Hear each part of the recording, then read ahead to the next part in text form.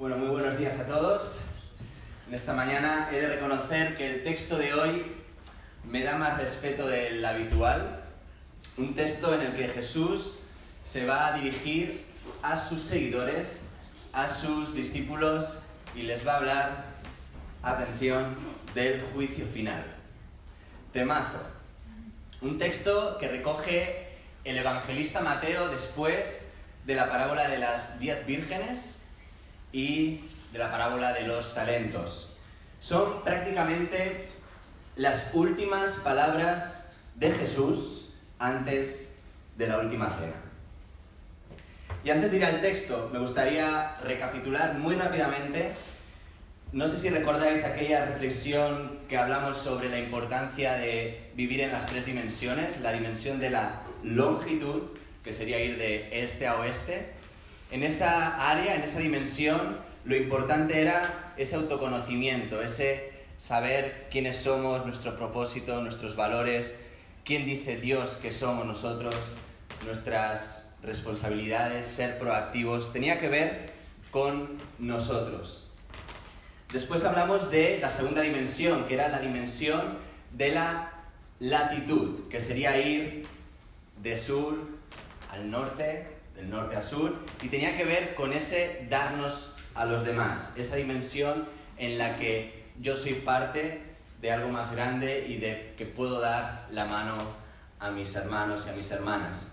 Y después hablamos de la dimensión de la altura, que tiene que ver con esa relación personal o comunitaria con nuestro Dios. Y en el año que viene ahora, yo también voy a abrir otra serie, como Fernando hace 2 semanas. Vamos a desarrollar esta segunda dimensión. Hablamos ya de la primera, de la longitud, que tenía que ver con mirarnos hacia adentro, y ahora vamos a desarrollar esta segunda área, dimensión, que tiene que ver con la latitud, con darnos a los demás. Así que vamos a ir al texto sobre el cual vamos a reflexionar y así tratar en mayor o menor medida que impacte en nuestras vidas y nos siga transformando. Vamos a ir a Mateo, si me queréis acompañar. En el capítulo 25 vamos a leer los versículos que van del 31 al 46. Y voy a leer la versión La Palabra. Dice desde el 31: Cuando el Hijo del Hombre venga con todo su esplendor y acompañado de todos sus ángeles, se sentará en su trono glorioso. Todos los habitantes del mundo serán reunidos en su presencia y Él separará a unos de otros, como el pastor separa las ovejas de los machos cabríos, poniendo las ovejas a un lado y los machos cabríos al otro. Luego el rey dirá a los unos: Venid, benditos de mi Padre, recibid en propiedad el reino que se os ha preparado desde el principio del mundo, porque estuve hambriento y vosotros me disteis de comer. Estuve sediento y me disteis de beber. Llegué como un extraño y me recibisteis en vuestra casa. No tenía ropa y me la disteis. Estuve enfermo y me visitasteis. En la cárcel y fuisteis a verme. Entonces los justos le contestarán: Señor, ¿cuándo te vimos hambriento o sediento y te dimos de comer y beber? ¿Cuándo llegaste como un extraño y te recibimos en nuestras casas? ¿Cuándo te vimos sin ropa y te la dimos? ¿Cuándo estuviste enfermo o en la cárcel y fuimos a verte? Y el rey les dirá: Os aseguro que todo lo que hayáis hecho en favor del más pequeño de mis hermanos, a mí me lo habéis hecho. A los otros, en cambio, dirá: Apartaos de mí, malditos, al fuego eterno preparado para el diablo y sus ángeles. Porque estuve hambriento y no me disteis de comer. Estuve sediento y no me disteis de beber. Llegué como un extraño y no me recibisteis en vuestra casa. Me visteis sin ropa y no me la disteis. Estuve enfermo y en la cárcel y no me visitasteis. Entonces ellos contestarán: Señor, ¿cuándo te vimos hambriento o sediento, o como un extraño, o sin ropa, o enfermo, o en la cárcel, y no te ofrecimos ayuda? Y Él les dirá: Os aseguro que cuanto no hicisteis en favor de estos más pequeños, tampoco conmigo lo hicisteis. De manera que estos irán al castigo eterno, en cambio los justos irán a la vida eterna. Hasta aquí el texto. Bueno, antes de nada, aquí Mateo nos transmite una buena noticia de fondo. Y es que quien nos va a juzgar no es ni nuestra familia, ni nuestros amigos, ni nuestros enemigos. Ni siquiera nos vamos a juzgar nosotros mismos, sino que lo va a hacer Dios. Y eso es una buena noticia. Quizá para nosotros esto resulta obvio o redundante, pero si nos ponemos en la época y en la situación religiosa de aquel momento, debemos recordar que Dios estaba secuestrado y quien determinaba quién eras tú, la vida que ibas a llevar, en gran parte la decidían los expertos en Dios. El juicio incluso era ya iniciado en este mundo y los jueces eran los hombres que cuidaban las leyes de Dios. Por lo tanto, esta idea de que Dios va a ser quien nos juzgue es una muy buena noticia. ¿Cómo va a ser ese juicio? ¿Qué se tendrá en cuenta para ese momento? ¿Dónde Dios pondrá el foco? Pues Jesús es bastante claro. Lo que destaca es el comportamiento relacional que desarrollemos con nuestros semejantes. Lo que destaca Jesús es el comportamiento relacional que desarrollemos con nuestros semejantes. Aquí lo importante es de qué manera nos hemos dado a los demás y cómo hemos anticipado el reino a las personas que nos rodean. Hace 2 semanas decíamos que la sabiduría es el arte de poner a favor de las relaciones con los demás, aquello que sabemos o conocemos. Y mirad, Jesús no nos va a preguntar cuántas distinciones académicas hemos conseguido, cuánto tiempo hemos estado en la presencia del Señor, ni siquiera se nos va a preguntar a cuántas personas evangelizaste, convertiste o bautizaste.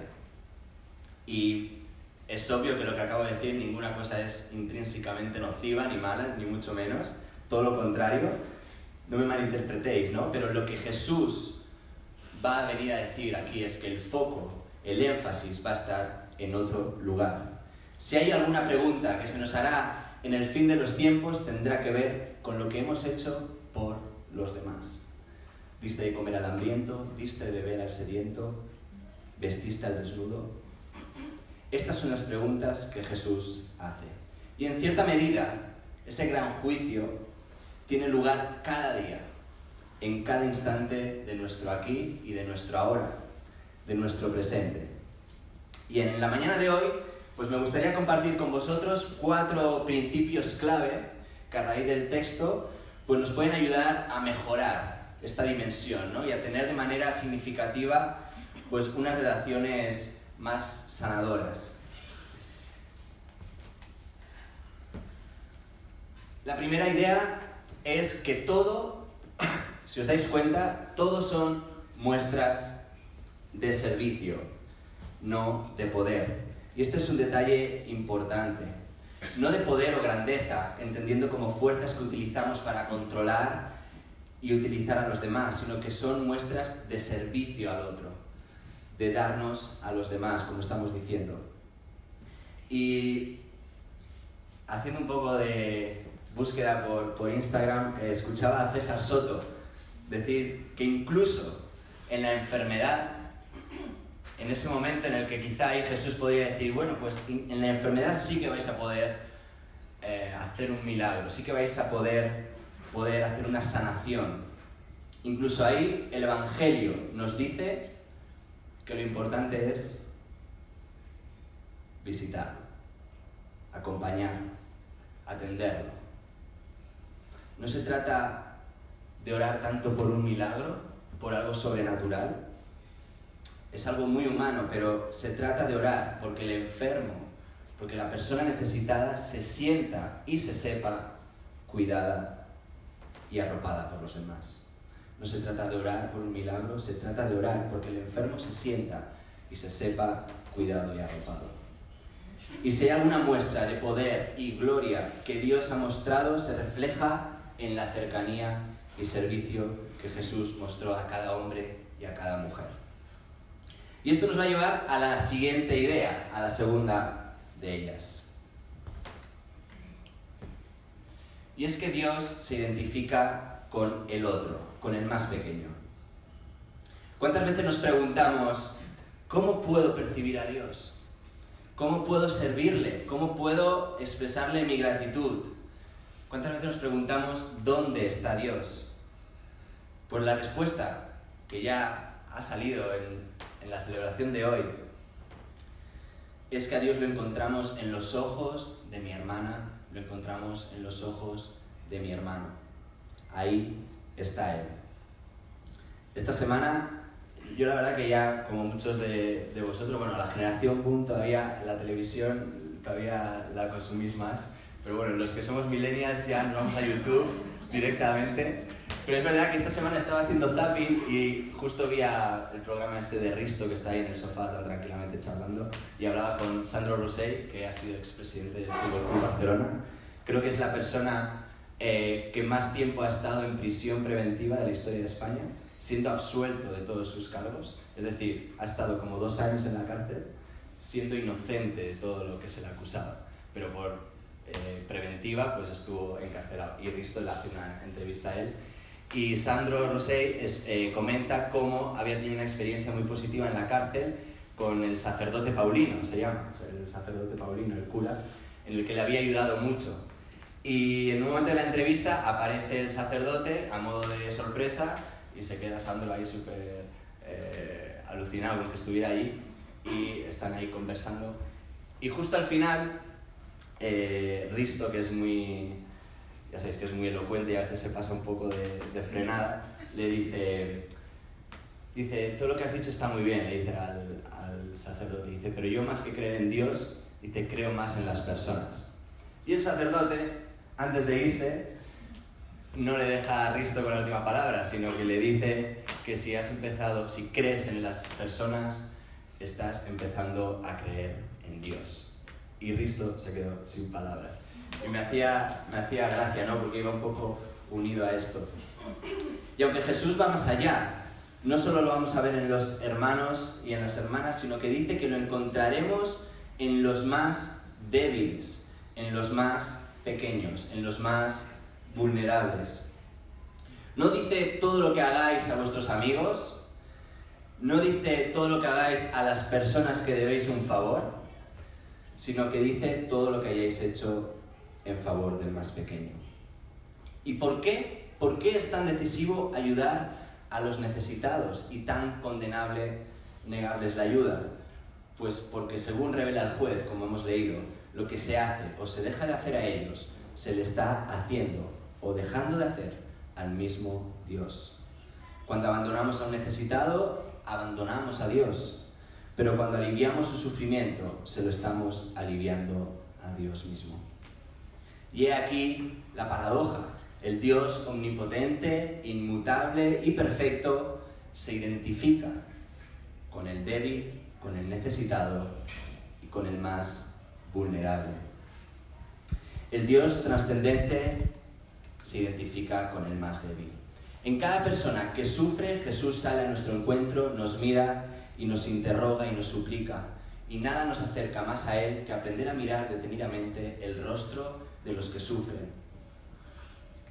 Y Jesús nos cambia por completo la manera de ver y de acercarnos al otro. Porque lo que nos está enseñando en última instancia es que hasta el que podríamos presuponer como insignificante, ahí se encuentra Dios. Quizá puedas pensar en alguien que te resulta como de segunda o como que no te puede aportar nada, o incluso a ti mismo, ¿no? Muchas veces podemos sentirnos insignificantes, que no somos nadie, que nos minusvaloramos.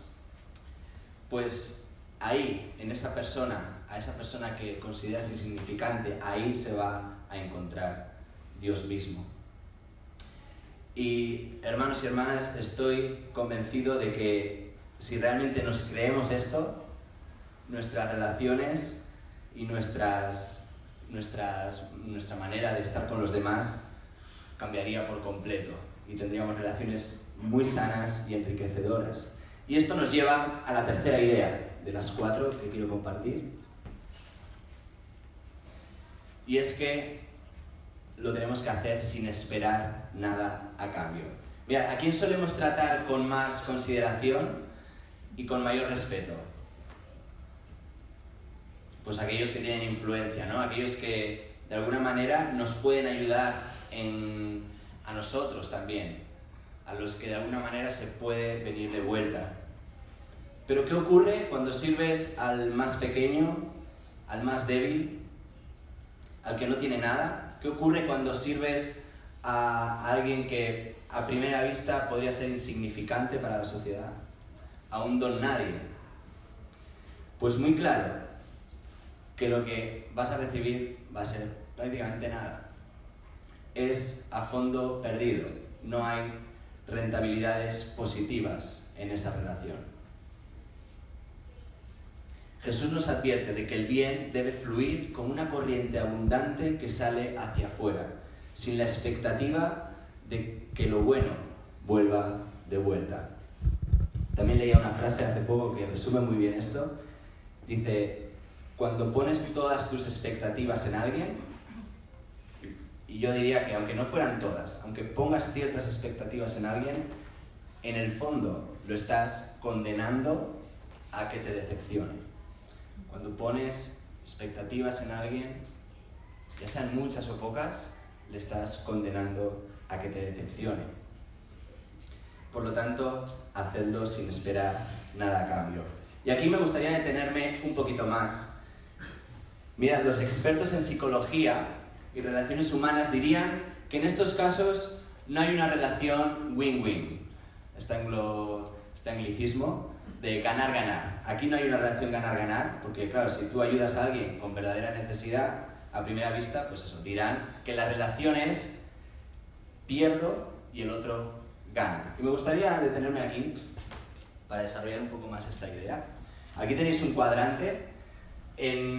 Abajo tenéis de menos a más la dimensión del coraje, que tiene que ver con el respeto que uno se tiene a sí mismo. Y en vertical, de menos a más, tenemos la consideración, que es el respeto que tenemos por los demás. Por lo tanto, cuando establecemos relaciones, podemos estar en 4 cuadrantes. Podemos estar en el gano y el otro gana, podemos estar en el yo pierdo y el otro gana, podemos estar en el gano y el otro pierde, o podemos estar en el pierdo-pierde. Mira, si estuviéramos aquí en el ganar-ganar, aquí estaríamos en una estructura de la mente y el corazón que constantemente procura el beneficio mutuo en todas las interacciones humanas. Ganar-ganar significa que los acuerdos o soluciones son mutuamente benéficos, son mutuamente satisfactorios. Con una solución de ganar-ganar, todas las partes se sienten bien por la decisión que se tome y se comprometen con el plan de acción. En este paradigma, la vida no se ve como un escenario competitivo, sino que se ve como un mundo cooperativo. La mayoría de personas tendemos a pensar en dicotomías, ¿no? En fuerte, débil, rudo, suave, ganar o perder, pero en este tipo de pensamiento, este tipo de pensamiento es defectuoso, ¿no? Se basa en el poder y la posición y no en principios. Mientras que ganar-ganar, en cambio, se basa en el paradigma de que hay mucho para todos, de que mi bien está dependiente del bien del otro.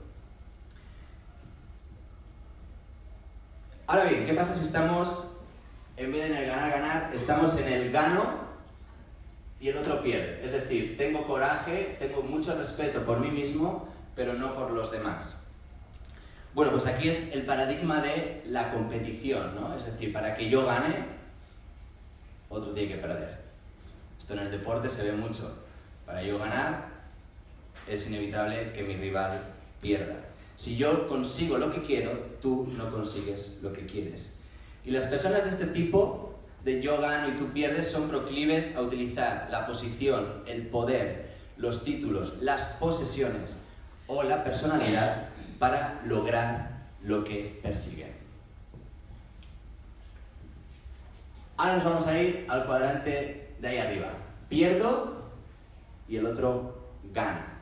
Es decir, no tengo mucho coraje, no me respeto tanto a mí mismo, pero tengo mucha consideración por el otro. En este caso es yo pierdo, tú ganas.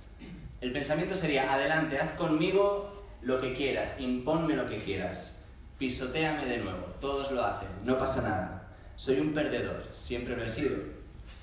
Las personas que piensan en pierdo ganas, por lo general están deseosas de agradar a los demás y de apaciguar las situaciones. Buscan fuerza en la aceptación y la popularidad. Tienen poco coraje para expresar sus sentimientos y convicciones, y la fuerza del yo de los demás les intimida muy fácilmente. Pierdo ganas significa ser una chica o un chico formidable, aunque los chicos formidables lleguen siempre los últimos. Y las personas gano-pierdes, las del azul, aman a estas personas, a las personas de pierdo ganas, porque pueden chuparles la sangre. Aman sus debilidades, se aprovechan de ellas y esas debilidades complementan sus propias fuerzas. Y luego tenemos aquí el rojo, que sería pierdo, pero tú también pierdes. Cuando se reúnen dos personas del tipo gano-pierdes, el azul, cuando se juntan esas dos personas, esos dos individuos resueltos, obstinados, egoístas, el resultado será pierdo-pierdes. Ambos perderán. Los dos se vuelven vengativos y quieren recobrar lo que se les quite o hacérselas pagar al otro. Ciegos al hecho de que el asesinato es realmente un suicidio, de que la venganza es un arma de doble filo. Pierdo-pierdes es también la filosofía de las personas altamente dependientes, sin dirección interior, que son desdichadas y piensan que todos los demás también deben serlo. Si nadie nunca gana, pues tal vez ser un perdedor no sea tan malo. Ese es el pensamiento. Bien, a primera vista pudiera parecer que Jesús nos invita más a ser personas pierdo ganas, ¿no? Podríamos decir que quizá la tendencia sea a irnos al amarillo. Personas abnegadas que buscan constantemente la aprobación del otro, que nos negamos a nosotros mismos para ayudar siempre a los demás, dispuestos a desgastarnos para fortalecer al otro. Nosotros siempre cedemos para que el otro siempre salga beneficiado. Pero creo que hay una pequeña gran diferencia que no debemos pasar nunca por alto. Y es que no es lo mismo vestir al que se sabe necesitado, al que se sabe desnudo y no te exige nada, que vestir a aquel que te exige que le vistas, ya tenga necesidad o no. Esta es una gran pequeña diferencia. ¿Qué nos pasa? Muchas veces pareciera que en nombre del amor debemos inmiscuirnos, ¿no? Y rebajarnos, pero nada más lejos de la realidad. En nombre del amor, cuando hay exigencia y desconsideración a uno mismo, es necesario establecer límites y líneas rojas. Es decir, el amor pasa por respetarse también a uno mismo, no solo por respetar al otro. Para respetar al otro tiene que pasar siempre por respetarnos a uno mismo. Y es que sin límites dejaríamos de ser serviciales para acabar siendo serviles. Y pasaríamos de ser bondadosos para acabar siendo buenistas. Y cuando entendemos que el bien ajeno es nuestro bien, que de alguna manera todos estamos conectados a través del espíritu, ganar es la única alternativa para las relaciones sanas y servir y amar a los demás a la manera de Jesús, sin esperar nada a cambio, pero también sin presiones y sin exigencias, respetándonos también a nosotros mismos, respetando a los demás, pero respetándonos a nosotros mismos. Y esto nos lleva a la cuarta idea. Y es que todos podemos anticipar el reino sin ningún tipo de excepción. Aunque la obra completa del reino, como decimos, está en manos de Dios, por suerte y alivio, nosotros como pueblo, ¿no? Y como comunidad de Jesús, tenemos la oportunidad, y me atrevería a decir, la obligación de anticiparlo en nuestro día a día, de traer esas señales de ese futuro, de vislumbrar ese reinado de Dios. La Iglesia tenemos el reto de anticipar esa nueva realidad. Y me podríais preguntar, bueno, Alain, ¿estás seguro de lo que afirmas? Mira, yo no tengo la voluntad suficiente, no soy lo suficientemente espiritual, no tengo grandes conocimientos bíblicos, no tengo grandes talentos, no sé cómo compartir el Evangelio, soy parco en palabras. Bien, pues no te preocupes, porque aunque todo esto fuera verdad, aunque no tuvieras voluntad ni fueras lo suficientemente espiritual, de conocimientos bíblicos andaras justillo y de talentos aún más, en fin, que también eres algo parco en palabras y que a veces ni tú mismo te entiendes, incluso ahí, fijaos, porque bromas aparte, hay algo de lo que todos somos capaces, y es de amar y servir a los demás, con límites y líneas claras de respeto y consideración, como decíamos, pero de amar y servir. Y todos somos capaces de visitar, de acoger en casa, de dar de beber al sediento, de dar de comer. Bueno, de comer algunos mejor que otros, eso es cierto. Pero Jesús no nos está exigiendo grandes hazañas, no nos está exigiendo grandes proezas, no nos pide que hagamos milagros sobrenaturales. Más bien, gestos ordinarios, llenos de sencillez. Jesús nos pide gestos ordinarios llenos de sencillez. No grandes milagros, no grandes hazañas, no grandes proezas. Y en mayor o menor medida, todos somos capaces de transformar para bien el aquí y el ahora. En definitiva, de transformar la realidad de nuestro mundo hoy. Es más, estamos diseñados para eso, porque no olvidemos que somos hijos del Padre que ama y sirve sin medida. Y esto se puede aplicar tanto en nuestras casas como en nuestras comunidades, en el trabajo o incluso más allá de nuestro día a día, ¿no? Y círculo de influencia más próximo. Por lo tanto, ya llegando a la conclusión, la primera idea nos ha hablado de que nuestro poder está enfocado en el servicio. En el servicio. La segunda idea, hemos visto cómo vemos a Dios en el otro.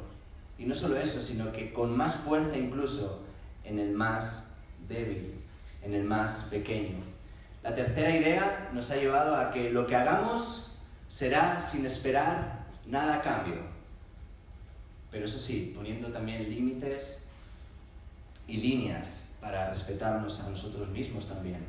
Y la cuarta idea es que todos somos llamados a la acción, a ser iglesia. Y podríamos pensar, bueno, a ver, Alain, pero recuerda que aquí estamos hablando de muchas obras, de mucho hacer, de tal, y oye, recuerda que somos protestantes, ¿no?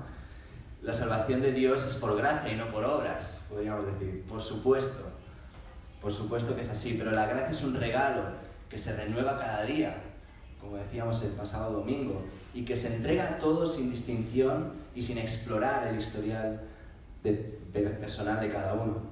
Pero la gracia transforma de tal manera a las personas que cambian nuestra manera de pensar, nuestra manera de sentir, nuestra manera de hablar, nuestra manera de actuar y, por lo tanto, nuestra manera de relacionarnos con los demás. No sirvo al necesitado para ganarme la gracia nos transforma de tal modo que es inevitable servir y amar al otro, al necesitado, al más pequeño.